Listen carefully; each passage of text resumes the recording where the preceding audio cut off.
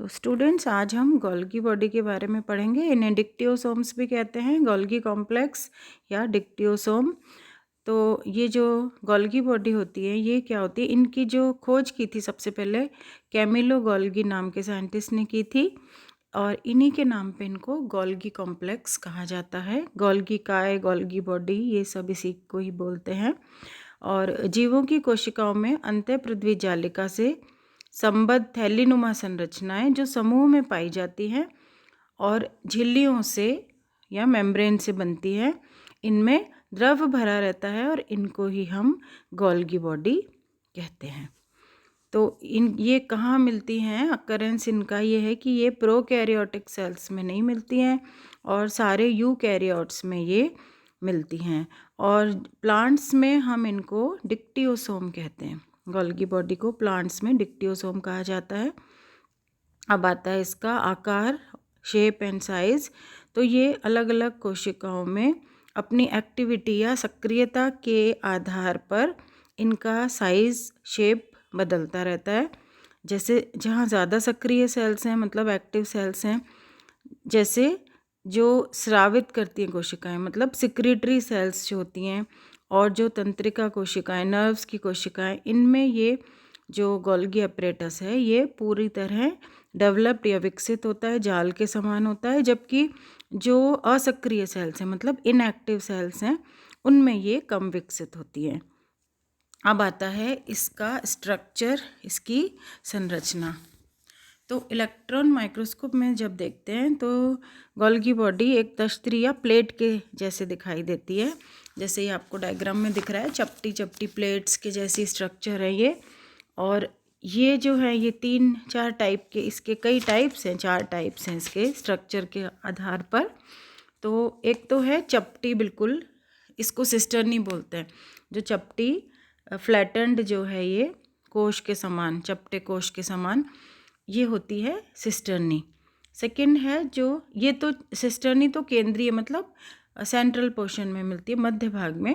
और जो परिधि की तरफ मिलती हैं, मतलब साइड्स में, पेरिफेरी में मिलती हैं, उनको बोलते हैं ट्यूबुल्स या वेसिकल्स बोलते हैं इनको, नलिकाएं या क्लस्टर ऑफ ट्यूबुल्स, वेसिकल्स बोलते हैं नॉर्मली। तो ये हो गया सेकेंड टाइप। तीसरा हो गई सिक्रीटरी वेसिकल्स, ये अंदर की तरफ मिलती है, इनर साइड में। सिक्रीटरी वेसिकल्स सिक्रीशन का काम करती है। और चौथे नंबर पे हो गया, फोर्थ है लार्ज वेसिकल्स या वैक्यूल्स। तो ये 4 टाइप्स के इनके स्ट्रक्चर होते हैं। तो पहला, फर्स्ट हम पढ़ेंगे सिस्टर्नी या फ्लैटेंड, जो चपटे प्लेट के जैसे होते हैं। तो इनमें लिक्विड या द्रव भरा रहता है इसमें। और एक गोल्गी बॉडी में इनकी नंबर जो संख्या है 4 से 7 तक हो सकती है। और कई बार जो हायर प्लांट्स हैं, जो उच्च श्रेणी के जो हैं ऑर्गेनिज्म, उनमें 30 तक हो जाती है इनकी संख्या। तो और जो सिस्टर्नी है, ये डबल मेम्ब्रेन स्ट्रक्चर होता है, दोहरी झिल्ली होती है इनके चारों तरफ। और 2 सिस्टर्नी के बीच में स्पेस होता है 200 से 300 एंगस्ट्रॉम तक का। इनको बोलते हैं इंटर सिस्टर्नल स्पेस, अंतर अवकाश होता है 2 के बीच में। तो ये जो हुआ, ये तो है सिस्टर्नी। और सेकंड नंबर पर आता है वेसिकल्स। ये छोटी छोटी गोल बूंदों के जैसे स्ट्रक्चर होती हैं। और ये जो है, ये चिकनी अंतःपृथ्वी जालिका और गोल्गी सिस्टर्नी के बीच में जो ये पाया जाता है, वहाँ पर ये संबद्ध रहती है उधर से। और नेक्स्ट आती है स्मूथ सिक्रीटरी वेसिकल्स। ये स्मूथ वॉल्ड होती हैं, चिकनी सरफेस होती है इनकी, और ये सिक्रीशन का काम करती हैं, सिक्रीटरी होती हैं ये। फिर है फोर्थ नंबर पे रफ या खुरदरी, मतलब यही जो टाइप है सिक्रीटरी वेसिकल्स, ये 2 हैं, स्मूथ हो गई और एक रफ हो गई। रफ में ये गोल गोल आउट ग्रोथ के जैसी होती है, अतिवृद्धि होती हैं। खुरदरी होती हैं और ये सिस्टर्नी के सिरों पे पाई जाती है, इनके जो सिरे हैं उन पे मिलती है ये। अब फोर्थ टाइप है गोल्गी बॉडी की, जो है वो वैक्यूल्स के जैसी जो होती हैं, बड़ी लार्ज वेसिकल्स हैं जो वैक्यूल भी कहलाती हैं ये। तो ये बहुत बड़े बड़े थैले के जैसे स्ट्रक्चर है। अनियमित ग्रंथिल संरचनाएं हैं, मतलब अनियमित सा इरेगुलर सा शेप होता है इनका। तो ये जो हैं ये 4 टाइप के गोल्गी एपरेटस होते हैं। और अब आता है इनकी उत्पत्ति।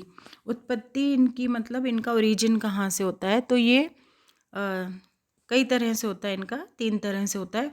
तो जो न्यूक्लियर मेम्ब्रेन है उससे भी इनकी उत्पत्ति होती है।